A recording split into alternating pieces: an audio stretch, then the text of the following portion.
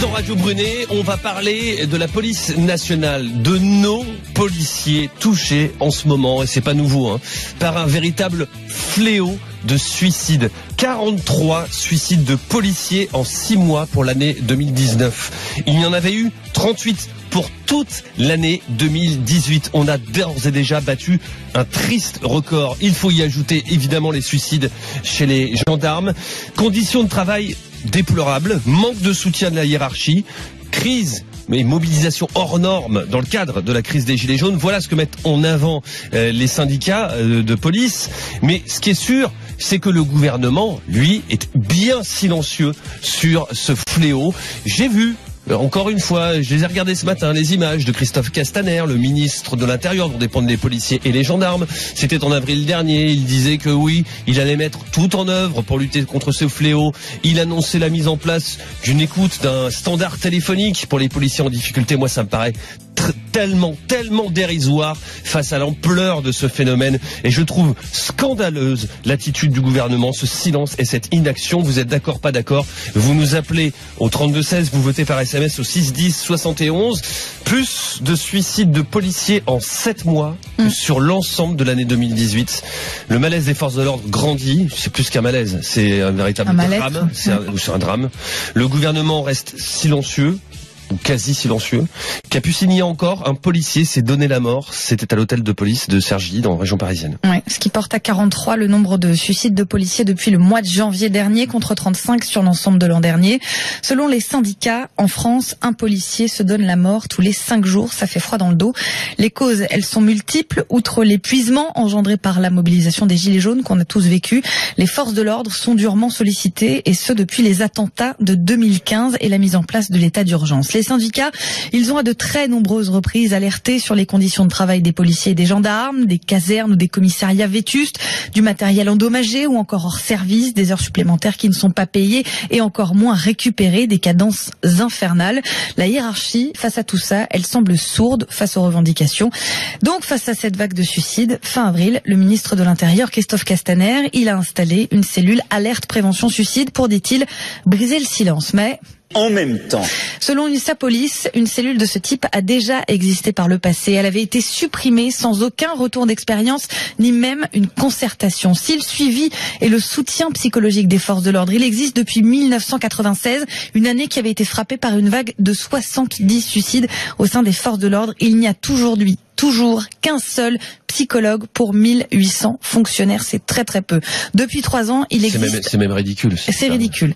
Depuis 3 ans, il existe un policier référent dans chaque commissariat. Il est censé être disponible en cas de problème. C'est l'homme que vous allez voir, à qui vous vous confiez si ça ne va pas. Le problème, c'est qu'il n'est pas formé pour gérer une crise, encore moins pour vous aider, et il ne bénéficie d'aucun jour de détachement pour être disponible à 100%. Aujourd'hui donc, le syndicat Alternative Police, il va tenter une nouvelle fois d'alerter le gouvernement en donnant cet après-midi au ministre de l'Intérieur, Christophe Castaner, un livre blanc avec à l'intérieur 50 recommandations pour améliorer le quotidien de la police française. Merci beaucoup, Capucine. Et justement, tu viens d'en parler, ce rendez-vous à 15h, dans un peu moins de 2 heures maintenant, du syndicat Alternative Police avec le ministre de l'Intérieur, avec Christophe Castaner, et Denis Jacob, qui est le secrétaire général justement de ce syndicat, sera avec nous dans un instant dans Radio Brunet.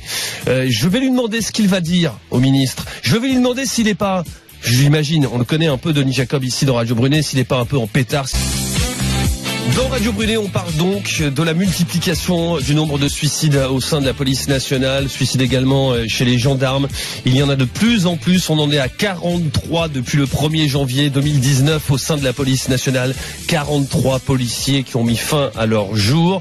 Il y en avait eu 38 sur l'ensemble de l'année 2018. Le record, triste record, est pulvérisé. Et avec nous donc, Denis Jacob, secrétaire général d'Alternative Police. Bonjour Denis. Bonjour Rémi. À 15h, vous avez rendez-vous place Beauvau avec le ministre de l'Intérieur, Christophe Castaner, pour justement parler de ce sujet du suicide au sein de la police nationale et plus largement au sein des forces de l'ordre, Denis. Juste avant de vous donner la parole, Denis, le 12 avril 2019 dernier, donc le 12 avril dernier, Christophe Castaner s'était rendu à ce sujet, sur la question des suicides au sein des forces de l'ordre, à l'hôpital des Gardiens de la Paix, à Paris. Il avait annoncé la création d'une cellule d'écoute téléphonique, prévention suicide en quelque sorte, pour les forces de l'ordre. Et il disait à l'époque, Denis, aujourd'hui, c'est sur son compte Twitter, hein, j'ai retrouvé le message, aujourd'hui, avec vous tous, j'ai décidé de me battre, j'ai décidé de renforcer nos moyens et nos actions, j'ai décidé d'affirmer haut et fort que le suicide dans la police et la gendarmerie ne sera jamais une fatalité. Denis, c'était en avril dernier, pourquoi vous allez le voir en juillet? Tout va bien, il a pris conscience, le ministre. Alors moi, je vais pas jeter la pierre au ministre. Je pense qu'il est. Je le fais, moi, Denis. Vous l'avez compris. Allô? Oui, Denis, je dis, moi, je le fais. Vous avez compris. Oui, bien sûr. Non, mais je pense qu'il était sincère dans ses propos, puisqu'il a été lui-même confronté à ce drame qu'est le suicide dans sa famille, et il s'en est jamais caché. Pour autant, malheureusement, ce qui a été mis en place ne s'inscrit que dans la continuité de ce qui existait et qui avait été lancé dans un premier temps par Bernard Cazeneuve, puis par Gérard Collomb, et de manière plus longue par la mise en place du service de soutien psychologique opérationnel qui existe depuis 1997 dans la police nationale.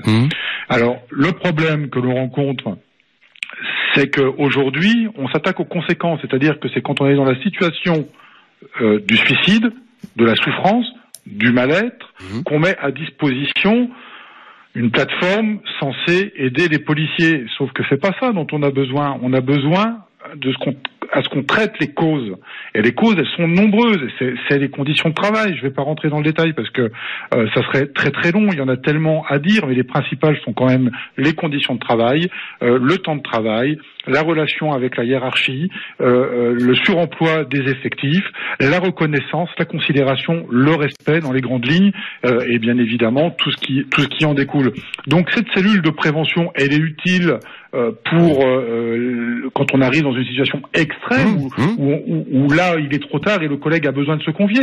Sauf qu'aujourd'hui, ce que l'on sait de cette cellule, c'est que elle n'est que le lien avec ce qui existe déjà en matière de psychologue. Et vous le rappeliez tout à l'heure, aujourd'hui c'est un psychologue pour 1800 agents. Comment voulez-vous qu'un psychologue puisse suivre, je ne vais pas dire les 1800 policiers, parce qu'il n'y a pas 1800 policiers qui sont confrontés à un problème de souffrance et de mal-être au travail, mais en tous les cas, il y a besoin d'avoir un suivi, d'avoir du temps et de pouvoir consacrer ce qu'il faut aux agents qui sont en souffrance. Donc anticipons tout cela et attaquons le mal à la racine et commençons par se préoccuper de ce qui ne va pas dans la police nationale. Et la police nationale souffre d'une structuration qui n'est plus conforme aux exigences aujourd'hui de sécurité dont nos concitoyens ont besoin. Donc il faut faire une réforme structurelle, organisationnelle et opérationnelle. Ouais. Denis, j'entends ce que vous dites et je comprends totalement votre position. Là, vous allez aller rencontrer le ministre de l'Intérieur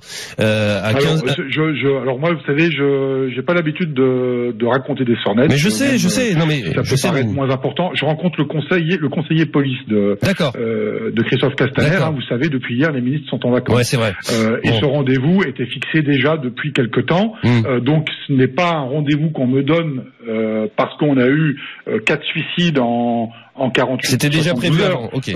C'est parce qu'on a un vrai problème de suicide beaucoup plus important que les années précédentes depuis le 1er janvier 2019, et ça fait suite à une demande que j'avais formulée à l'occasion du colloque sur les suicides auquel j'ai participé le 22 mai à Paris. Mais Denis, j'entends ce que vous me dites. Vous avez envie de trouver des solutions, de mettre en place des choses, de progresser. C'est votre rôle en tant que secrétaire général d'Alternative Police. Moi, je suis pas syndicaliste policier. Vous savez que j'ai une affection particulière pour les forces de l'ordre. Mon père était gendarme, je le dis souvent. Moi aussi, dans mon entourage, dans la caserne où j'étais gamin, j'ai eu le père d'un de mes potes, d'un de mes copains, qui était gendarme, qui s'est donné la mort dans la cave de l'immeuble. Voilà. Je sais ce que c'est. Enfin. Vous comprenez ce que je veux dire? J'ai pu le ressentir. Oui, bien sûr. Et ce que je veux dire par là, c'est que moi, je suis pas dans la position du syndicaliste. Je comprends, c'est votre rôle. Vous êtes là pour trouver des solutions. Moi, je suis dans l'indignation là, parce que ce que j'entends, Denis, et je comprends encore une fois ce que vous dites, mais je l'entends depuis des années. Et cette cellule, si je me trompe pas, on l'a vu avec Capucine ce matin, c'est un autre syndicat de police qui le disait. Un standard d'écoute téléphonique prévention suicide a déjà existé il y a quelques années dans la police. Il avait été fermé au bout de quelques temps, sans sans concertation, sans comment dire prise de recul. On n'avait fait aucune analyse. Voilà, il avait été fermé. Point barre. Ça fait des années. Mais je vais vous dire pourquoi, Rémi, pourquoi ça a été fermé. Je vais vous le dire, puisque j'ai eu l'occasion de m'entretenir avec certains psychologues de la police, mais tout simplement parce que ce ne sont pas les policiers qui sont en souffrance ou qui sont sur le point de se suicider qui appellent. Ce sont des collègues qui ont des problèmes. Alors ils sont pas nombreux en plus, c'est-à-dire que il y avait très peu d'appels et il y a à ce jour très peu d'appels de ce que j'ai eu comme information. Le ministère confirmera ou pas, mais en tous les cas, moi des informations que j'ai eues, c'est que non seulement il y a très peu d'appels, mais qu'en plus les appels concernent des fonctionnaires qui potentiellement ont des problèmes qui relèvent plutôt d'une consultation auprès d'un psychiatre et non d'un psychologue. D'accord. Voilà. Et là, on a besoin, quand on parle de psychiatre, c'est pas péjoratif, on a besoin d'un traitement médical. Or, les psychologues, ils sont pas là pour faire un traitement médical. Et donc, l'une des propositions, voilà, je vous l'annonce puisque c'est une des propositions que l'on pense nécessaire de faire, c'est d'avoir des structures indépendantes en dehors du ministère de l'Intérieur qui assurent déjà une confidentialité des propos que peuvent tenir mes collègues quand ils sont en souffrance, et allons jusqu'au bout des choses. Conventionnons-nous avec le ministère de la Santé pour que l'ensemble des structures des hôpitaux publics puissent être mis à la disposition de policiers en toute confidentialité et que ces collègues-là puissent consulter sans avoir la nécessité de passer par un service de police pour consulter les psychologues actuels qui, eux-mêmes, en cas de détection grave de situation d'un policier, sont tenus d'en informer la hiérarchie. Et la première des mesures qui est prise de manière préventive quand un policier est en souffrance, c'est de le désarmer. Donc je ne pense pas qu'on règle le problème en traitant cette situation-là comme celle-là. Mais de toute façon, c'est un peu l'histoire du chien qui se mord la queue. On peut fermer, rouvrir, tant qu'on ne s'occupera que des conséquences qui conduisent au suicide, on ne réglera rien. Je me répète, je suis syndicaliste, mais j'ai moi-même été aussi confronté et d'une part à la dépression et d'autre part à 2 collègues qui se sont suicidés dans ma brigade. Donc c'est pour ça que c'est quelque chose qui me tient particulièrement à cœur et que je relance régulièrement sur ce sujet-là, parce que vous le disiez très justement, on a le sentiment, voilà, on en parle, on fait des annonces et puis après il n'y a plus rien. Je pense qu'il y a un véritable volontarisme ministériel, mais la volonté c'est bien, les moyens et les actes c'est mieux. Et aujourd'hui, pour le moment, on ne voit pas grand-chose se passer. Denis Jacob, je reviens vers vous, secrétaire général d'Alternative Police. Bah voilà, c'est Gérard, c'est un exemple. Il y en a plein d'autres. On le sent bien, on le sent bien, le mal-être, le malaise. Vous savez, hier on me critiquait sur Twitter parce que j'ai eu entre guillemets le malheur de dire sur une radio que on n'était pas formé à la vue du sang et à la mort. Mais qui est préparé aujourd'hui dans notre société à gérer au quotidien la vue du sang, la mort? De façon objectivement, comment peut-on vivre ça psychologiquement? Comment le gérons-nous? Il n'y a pas de formation. On n'a rien pour le gérer si ce n'est de le garder pour soi, puisque c'est pas quand on rentre à la maison qu'on va en parler. On gère toute la misère de notre société et on est très régulièrement amené à intervenir pour régler des problèmes de nos concitoyens auxquels on peut être nous-mêmes confrontés, des problèmes de couple, des problèmes d'argent, des problèmes avec nos enfants, voilà, et tout ça, eh bien, on remet ça dans notre tête, et on met un verrou par-dessus, et puis on se le gère comme on se le gère.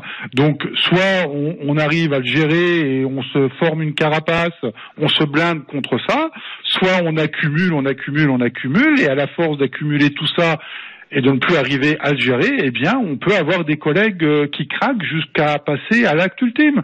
Donc, on n'est pas des machines. Donc, à un moment donné, il va bien falloir trouver des solutions, et ces solutions passent avant tout par rétablir le respect que l'on doit aux policiers, mais je pense à nos collègues gendarmes, aux policiers municipaux, aux douaniers et à tous ceux qui représentent l'État, comme les professeurs, qui aujourd'hui il n'y a plus de respect pour ceux qui représentent l'État. Et puis la considération et la reconnaissance. Aujourd'hui, nous ne sommes pas forcément employés sur notre cœur de métier. Gérard le disait très très bien. Et pour citer un exemple, un triste exemple, on a eu la polémique il y a quelques jours de la la médaille de la sécurité intérieure. Je pense que vous en aviez parlé également sur votre antenne. Ouais. Quand on prend le nombre de policiers de terrain qui ont reçu cette médaille, c'est moins de 3% du corps qu'ils représentent. On en a moins de 3000 sur 106 000, alors que l'on a vu pléthore de hauts fonctionnaires, de officiers et d'officiers supérieurs de la gendarmerie l'obtenir. Ce n'est pas comme ça que l'on motive et qu'on donne du baume au cœur aux flics pour faire le travail qu'ils font au quotidien, et Dieu sait qu'il est particulièrement difficile. Merci beaucoup d'avoir été avec nous, Denis Jacob, secrétaire général d'Alternative Police.